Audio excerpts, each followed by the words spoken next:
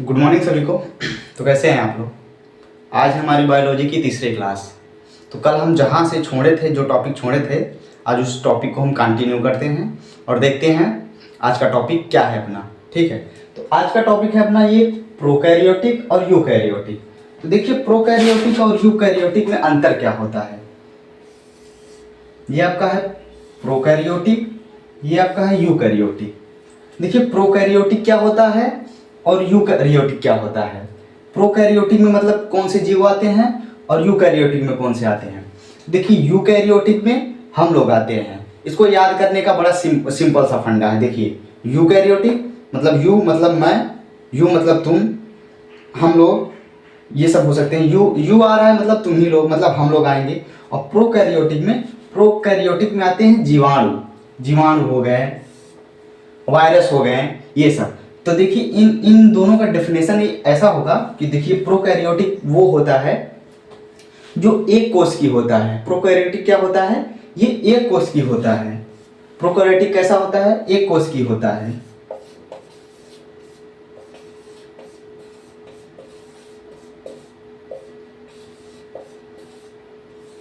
एक कोष की। प्रोकैरियोटिक क्या होता है, एक कोष की होता है और ये बहुकोष की होता है। यूकैरियोटिक क्या होता है, बहुकोष की होता है।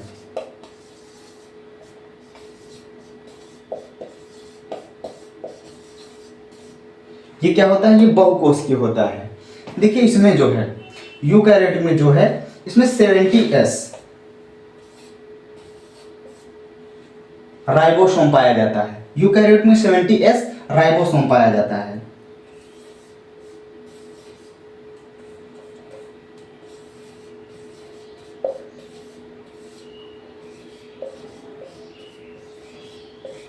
देखिए, 70S राइबोसोम पाया जाता है।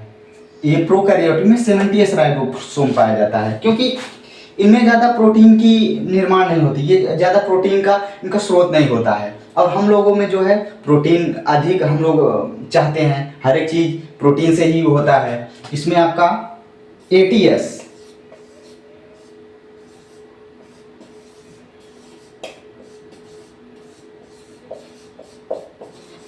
राइबोसोम।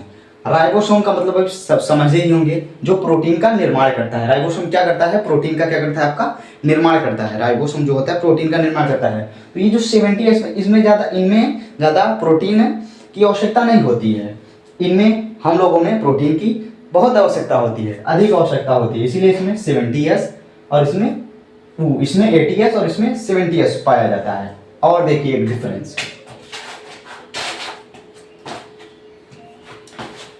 ये जो प्रोकैरियोटिक होते हैं, प्रोकैरियोटिक,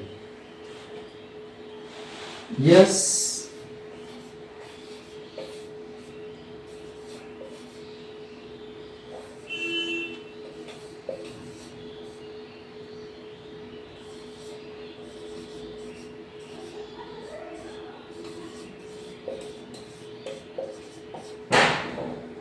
ये जो प्रोकैरियोटिक होते हैं, ये सर्वाधिक प्रजनन करते हैं, जल्दी जल्दी प्रजनन करते हैं, जल्दी जल्दी, जितना जल्दी हो सके उतना जल्दी। ये बहुत तेजी के साथ प्रजनन करते हैं, बहुत तेज प्रजनन करते हैं, मतलब बच्चों को जन्म देते हैं। बहुत जल्दी जल्दी जो प्रजनन करते हैं वो क्या होते हैं, आपके प्रोकैरियोटिक। और हम लोग इतना जल्दी प्रजनन नहीं करते।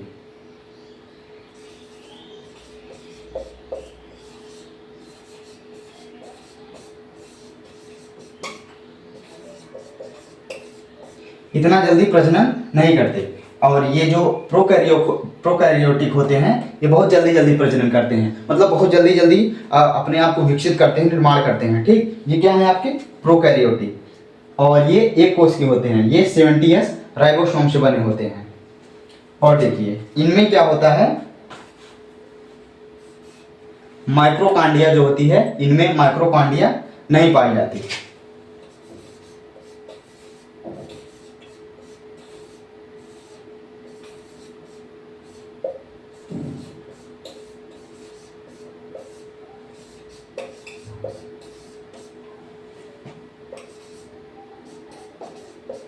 इनमें माइक्रोकांडिया नहीं पाया जाता और इनमें माइक्रोकांडिया पाया जाता है। मैं लिख देता हूँ, पाया जाता, ओनली लिख देता हूँ।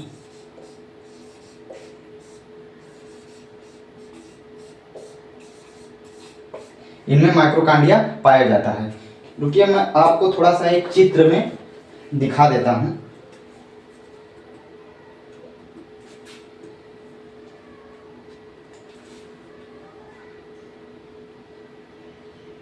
देखिए यूकैरियोटिक और प्रोकैरियोटिक कैसे होते हैं। तो देखिए ये है आपके प्रोकैरियोटिक, ये आपका है प्रोकैरियोटिक, और ये है आपका यूकैरियोटिक। देखिए यूकैरियोटिक गोलाकार में है और ये जो प्रोकैरियोटिक है ये चपटा है। इसी में होता है सीलिया और फ्लैजेला। ये जो आप देख रहे हैं ना, ये बाल नुमा, ये देखिए ये आपका प्रोकैरियोटिक है। प्रोकैरियोटिक मैं दिखा रहा हूँ। ये जो आप प्रोकैरियोटिक देख रहे हैं ना, ये जो बाल नुमा ये जो निकला हुआ है ना, इसको बोलते हैं सीलिया, और ये जो है ना इसे बोलते हैं फ्लैजेला। क्या बोलते हैं? फ्लैजेला और सीलिया। ये प्रोकैरियोटिक में है। देखिए ये क्या है आपका प्रोकैरियोटिक। जो बाल नुमा निकला है इसे बोलते हैं सीलिया, और ये जो पूंछ नुमा निकला है ये फ्लैजेला है। और ये आपका है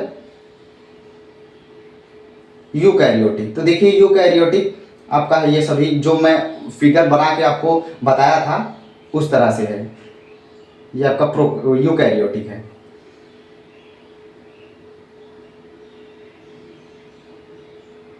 देखिए अब अच्छे से आपको दिखा देता हूँ सीलिया और फ्लैजेला। जो मैं अभी अभी दिखाया ना सीलिया, ये देखिए जो बाल नुमा ये निकला हुआ है ये है आपका सीलिया, और ये जो देखिए पूंछ की तरह निकला ये आपका फ्लैजेला है, जो उसमें मैं अभी फिगर में दिखाया हूँ। इसमें ये है आपका।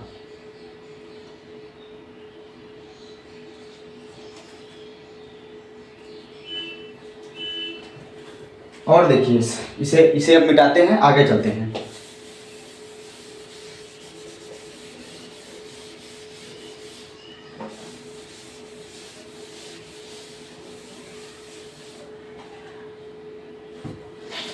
इनमें देखिए, इनमें केंद्रक नहीं पाया जाता, केंद्रक झिल्ली नहीं पाया जाता।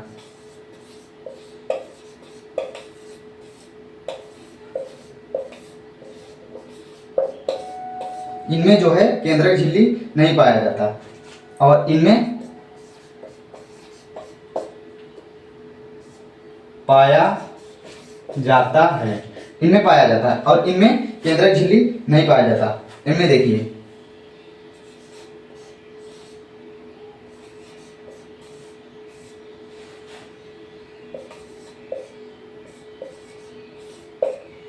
गॉल्जी काय नहीं होता, और इनमें पाया जाता है। ठीक, इनमें गॉल्जी काय नहीं पाया जाता है और इनमें गॉल्जी काय नहीं पाया जाता, इसमें पाया जाता है। ठीक, इनमें डीएनए नहीं होता है। डीएनए आप लोग जानते ही होंगे। डीएनए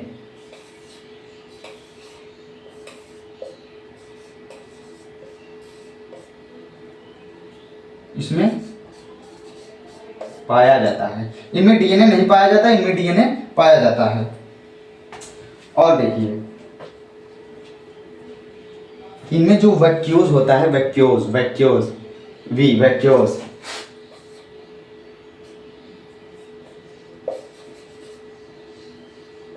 इनमें वैक्यूज छोटा होता है और इनमें बड़ा होता है।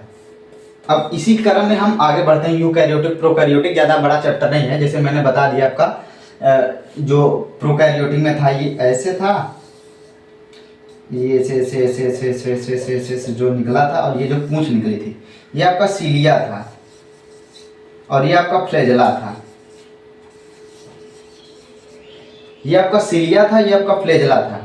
ये बानुमा, और ये जो प्रजनन की इनकी क्षमता होती है सबसे ज़्यादा होती है, और इनमें प्रोटीन नाम मात्र में बनता है, इसलिए 70S राइबोसोम इसमें बनता है, इसमें 80S राइबोसोम बनता है। ये आपकी यूकैरियोटिक में।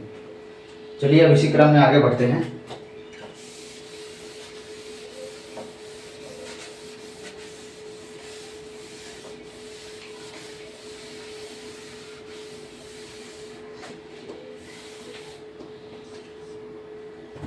आपका देखिए अब हम आगे बढ़ते हैं और बढ़ते हैं क्रोमोसोम के बारे में हम जानते हैं। क्रोमोसोम के बारे में, क्रोमोसोम क्या है, क्या क्या नहीं है। ठीक, तो ये आपका है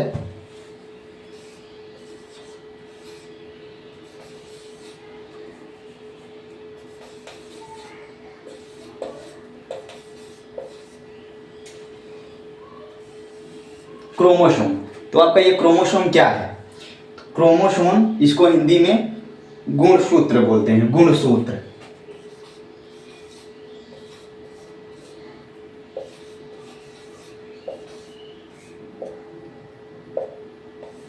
हिंदी में क्या बोलते हैं? गुणसूत्र।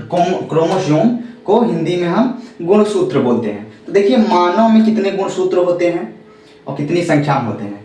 तो देखिए मानव में जो है 23 जोड़ा, 23 जोड़ा और 46 अंक में होते हैं। कितने?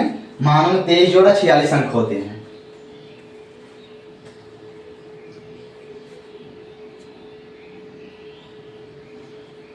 मानव में कितने होते हैं? मैं आपको लाइन से लिखते जाता हूं।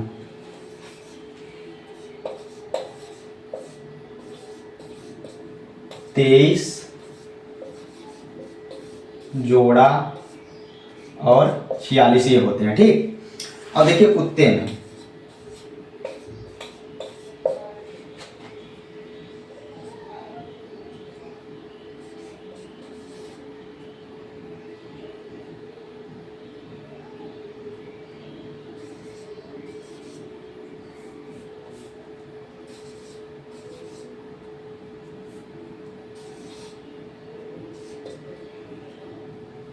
ये आपका 39 जोड़ा होता है और 78 आपके अंक में होते हैं।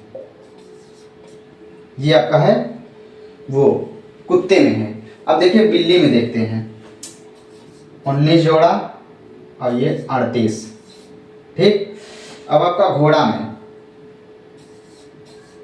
32, ये 64, ठीक। इतने इतने काफी हैं, इतने तो काफी हैं। ये आपका बिल्ली हो गया, घोड़ा। तो देखिए मानव में जो है आपके गुणसूत्र जोड़े में कितने हैं? तो आपके 23 हैं। अंक में पूछेगा, ये बहुत ज्यादा पूछे जाने वाला क्वेश्चन है, तो आपके 46 हैं।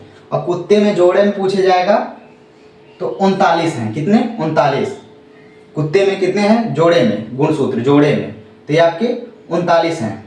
और अंक में पूछा जाएगा तो 78 हैं। कितने? 78। और बिल्ली में पूछा जाएगा तो 19 है जोड़े में और अंक में 38। और घोड़ा में ये 32 है और अंक में 64। ये आपके हैं क्रोमोसोम, बोले तो गुणसूत्र, इसी को बोलते हैं गुणसूत्र। ये आपका जोड़ा वाइज होता है।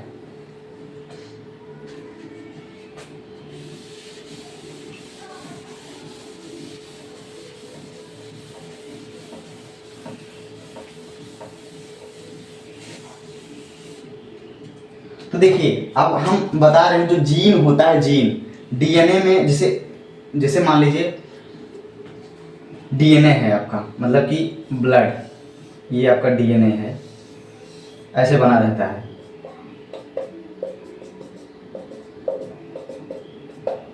ये जो बीच में होता है इसको, डीएनए में जो बीच में जीन होता है, जीन की खोज जानते हैं आप किसने किया था? जोहानसन ने किया था।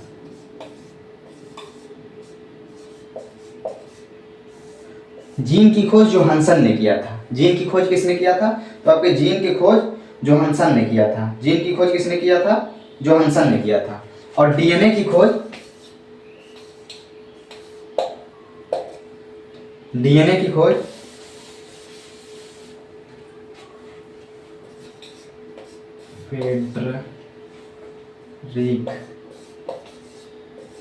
फेडरिक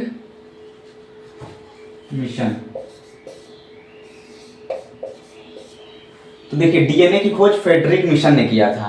तो डीएनए होने के बारे में हम कल पढ़ेंगे केंद्रक में, क्योंकि केंद्रक में ही डीएनए और आरएनए पाया जाता है। तो कल की हमारी क्लास रहेगी केंद्रक, न्यूक्लियस।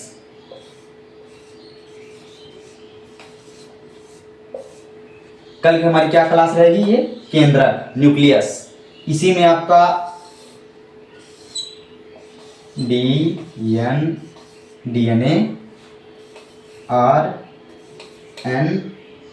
आरएनए देखिए डीएनए आरएनए का फुल फॉर्म होता है राइबोन्यूक्लिक अम्ल। आरएनए का फुल फॉर्म क्या होता है? राइबोन्यूक्लिक अम्ल।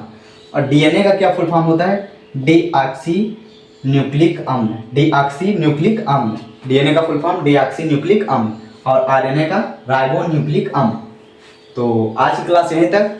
बाकी कल हम ये केंद्रक और डीएनए आरएनए के बारे में अच्छी तरह के जानकारी प्राप्त करेंगे और फिगर दिखा के, हमारे पास तो एक टेबलेट आ गया है, उसमें मैं फिगर आपको दिखा के क्या क्या चीज़ है उसको समझा के मैं आपको बताऊंगा।